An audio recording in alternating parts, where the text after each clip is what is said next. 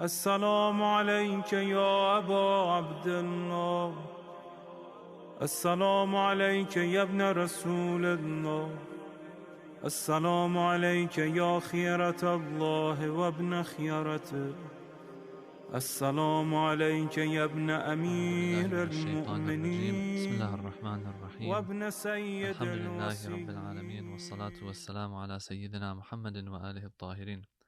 Assalamu alaikum wa rahmatullahi wa barakatuh, and welcome to episode 11 of Reflections on Ziyarat Ashura, brought to you by Mizan Institute.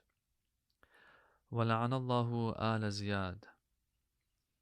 After the general la'ans that took place in the ziyarah of those four groups that we talked about in the past two episodes, and after making it clear that we are at peace, O Imam, with whoever you're at peace with, and at war with whoever you're at war with, and what that might mean in our context and the times that we're living in today, then comes the time to send specific la'ans now.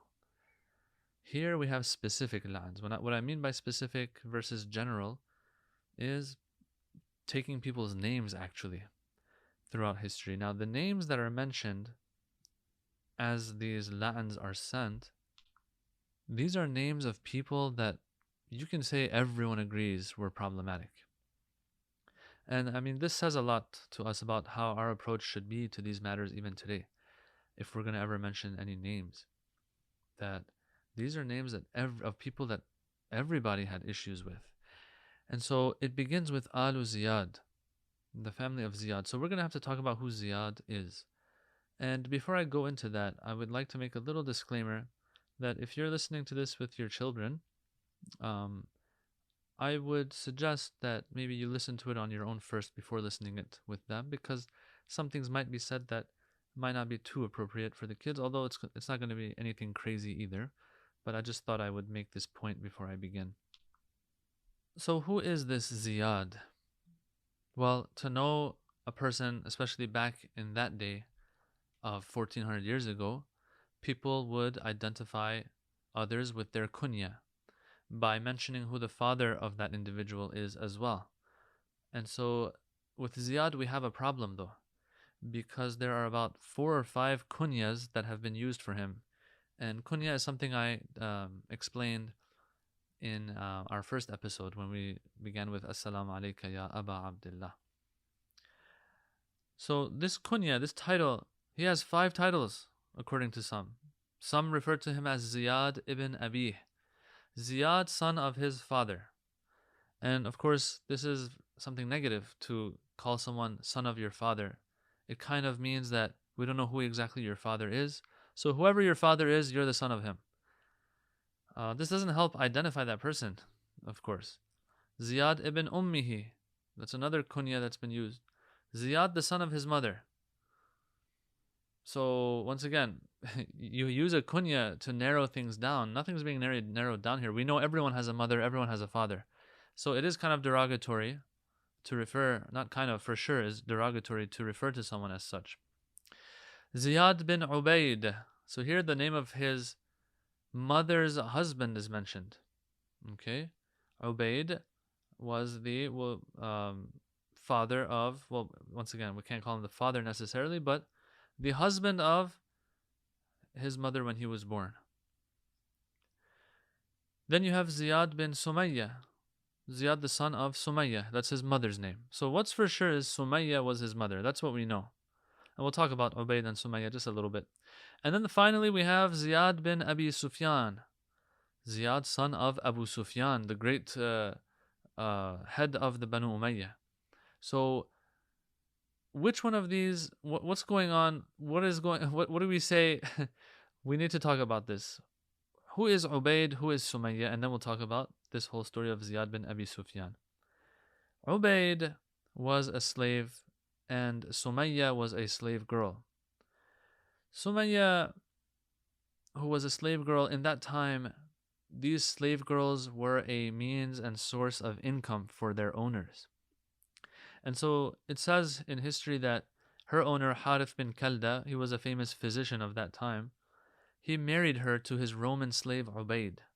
All right, so he has a slave by the name of Ubaid, and that's what back then they would do. Lots of times, a slave would be married to a slave girl. They were still the slaves of their master, but they were married to each other, and so this was a normal practice.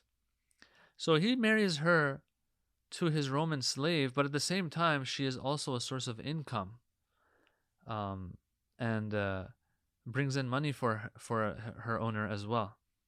Of course, by having relationships with others and affairs with others. So back in that time, one way to signify that this person here does these kinds of acts was to hang a red flag at their home. So it says that she had a red flag hanging outside of her home, and in all of this, she all of a sudden has Ziyad. She's married to Ubaid. She has a baby by the name of Ziyad. And so, because other men were also in a relationship with her, and she was bringing in money for her owner through that means, no one was 100% sure who this Ziyad was the son, actual biological son of. But of course, there's a rule that if you're married and there's a child that's born, they will associate that child to that man. So Ubaid is seen as his father, but Ubaid was a slave. So that's one thing. But then Abu Sufyan believed that this is my son actually. And there's a story to that I'll get to later, inshallah. But let's talk about this Ziyad now. He was smart from the beginning, to the extent that they would count him as one of the 4 Duhatul Arab, one of the 4 clever ones of the Arab. You have Muawiyah in that list, you have Amr bin al-As in that list, you have Mughira bin Shu'bah in that list. Ziyad was also in that list. And so they say that when he would speak, you just didn't want him to stop. That's how nicely he would speak. When he grew up, Umar ibn al-Khattab had something delegated to him. He gave him some work to do, sent him to Yemen, according to some accounts, and he fulfilled that job and came back. And when he returned to Umar, and the Muhajirin and the Ansar were sitting there with Umar, Ziyad delivers a sermon very nicely that no one had heard before. And so Amr bin al-As, he's there, he's like, man, this kid, if his father was only one of the Quraysh, he wasn't some Roman slave, he could lead all of the Arab, like to that extent. That's how great he was at whatever he did. And so they say Abu Sufyan was there. Of course, Abu Sufyan is very old now. This is after the Prophet ﷺ has passed away, and Abu Sufyan I think he was in his 90s even, and he had lost his eyesight as well. They say that Abu Sufyan was there when he heard this, that if his father was one of the Quraysh. And so he said, by Allah, I know his father and who put him in his mother's womb. So once again, this is talking about that affair that we'll talk about later between Abu Sufyan and Ziyad's mother. So that's when he's young. Let's talk about Ziyad during Imam Ali's time. Imam Ali made him governor of the Fars province. Now we have to remember that he hasn't done anything crazy or evil yet, right? So Imam is using him and getting him to work for him as governor of the Fars province. And during this time that he's working under Imam Ali alayhi salam and as a governor, history tells us that he was threatened by Muawiyah, tempted by Muawiyah, but he would resist. He never went on the side of Muawiyah. Fast forward, even after the martyrdom of Imam Ali alayhi salam, this person didn't go to Muawiyah's side. Imam Hassan's ceasefire takes place. Still doesn't go on Muawiyah's side. But then, of course, Muawiyah is very smart as well, and finally is able to bring him on his side. How? He sends to him his old friend Mughira bin Shu'bah. Mughira goes to him and convinces him to come and become the brother of Muawiyah. So now we're going back to that story of Abu Sufyan and Ziyad's mother. He says, look, come, let's sit down and talk with Muawiyah, and you can be the brother of Muawiyah. But how? How's that even possible? Because, it's very obvious Abu Sufyan's children, who they were, and I'm not his biological brother. Well, yes, it's not an easy task to make someone your brother unless you are of an illegitimate birth, then it can be done. And so this is where the story of the affair of Abu Sufyan and Sumayya comes into the picture. It says that during the Jahiliyyah, Abu Sufyan traveled to Ta'if and was staying with a wine seller by the name of Abu Maryam. And this Abu Maryam as-Saluli, who later became Muslim and one of the Sahaba actually of the Prophet sallallahu alaihi wasallam, this Abu Sufyan tells him that, I am lusting for women right now. Do you have anyone for me? And so he says, I have Sumayya. And so Ziyad was born. And this is the story. And so Abu Maryam, this guy who now is, he later on became Muslim and all of that, he comes and testifies and tells this story in Sham to Muawiyah in the presence of Ziyad. And Ziyad gets angry here. He says, are you here to testify or are you here to slander? You're talking about my mother like this. And then Abu Maryam says, I'm just relating the truth. And so this becomes an excuse and justification for Muawiyah to say, okay, look, if that's the case, then you are my brother through our father, Abu Sufyan. And so if you're my brother, then you are one of the Quraysh. And from there, brothers and sisters, Ziyad goes on the side of Muawiyah. And so I have read this in places where they've explained how, one of the reasons why Ziyad would do such a thing is when you're a nobody, when for example, your father was a slave, your mother was a slave girl, you're a nobody, that's one thing. But to be all of a sudden go up that ladder and be one of the Quraysh now, and not just any Quraysh, brother of Muawiyah, son of Abu Sufyan, and one of the Banu Umayyah, all of a sudden, like, this is something you can't pass on. And so Ziyad eventually, who had resisted Muawiyah for this long, he says, okay, now we're talking. So now he's on Muawiyah's side. Now this is a problem. Do you know why, brothers and sisters? Because this Ziyad was on the side of Ali ibn Abi Talib. He knew who the Shia are, where their hiding places are, who he can identify them. So now that he's working for Muawiyah, it is so easy to gain the satisfaction of Muawiyah and to work for him. So it says that he began strengthening and solidifying Muawiyah's empire in Kufa and Basra, cutting the arms and legs of the Shia, taking out their eyes, burying alive some of the lovers of Imam Ali because of their love, like Abdul Rahman bin Hassan.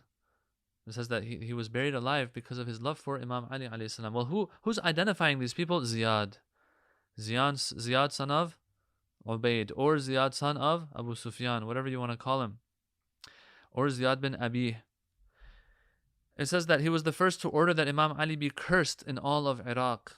So as you all know, probably, there was a time during the time of Muawiyah that we, the Shia, believe that yes, Imam Ali was cursed and slandered on the minbar in Salatul Jumu'ah, to the point that it was a condition.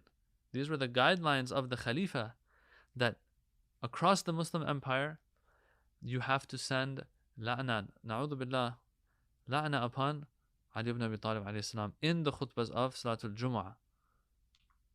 Who carried this out and gave the orders for this in Iraq for the first time? They say that it was Ziyad bin Abi. How did he enforce that? It says that he was going to have the people of Kufa all curse Imam Ali, or else they die and their homes destroyed. So if you don't curse Imam Ali, your home is going to get destroyed. This is the point that he got to. So first, he made it a mandate that, okay, you have to slander him on the minbar in Salatul Jummah. It reached the point, they say that Ziyad, what he wanted to do was make sure that everyone, not just those who are lecturing, delivering sermons, everyone in Kufa and Basra, or in Kufa at least, is going to curse Imam Ali, or else they will be killed and their homes will be destroyed. But before he could do that and carry that out, Ziyad himself passed away. And so this is his report card.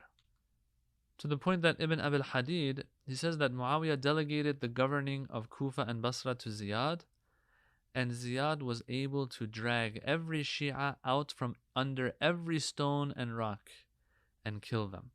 And this is how they describe Ziyad. And maybe one of the reasons why when Ubaydullah bin Ziyad, the son of Ziyad, comes into Kufa, he's able to turn the tables in the favor of Yazid and get rid of the likes of Muslim ibn Aqil. Maybe it's because the people, they had seen how Ziyad was, and they're like, oh my God, now his son is here, and they were really scared, and so they deserted Muslim ibn Aqil.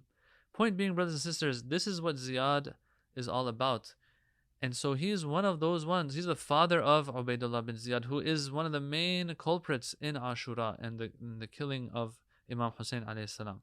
But it starts with his father Ziyad, who paved the way for this and made the wrong decision eventually, although he had lived a good life, it seems. Although Imam Ali had scolded him even when he was under Imam Ali, but still, like, he was on the side of Imam Ali alayhi salam. But eventually, through the wrong decisions, he ended up where he did. And so he is one of those ones who we can say laid the foundation of Ashura. Is one of the ones who, if it wasn't for him, Ashura might have not taken place, him and his son. Now we'll talk about his son in another episode separately.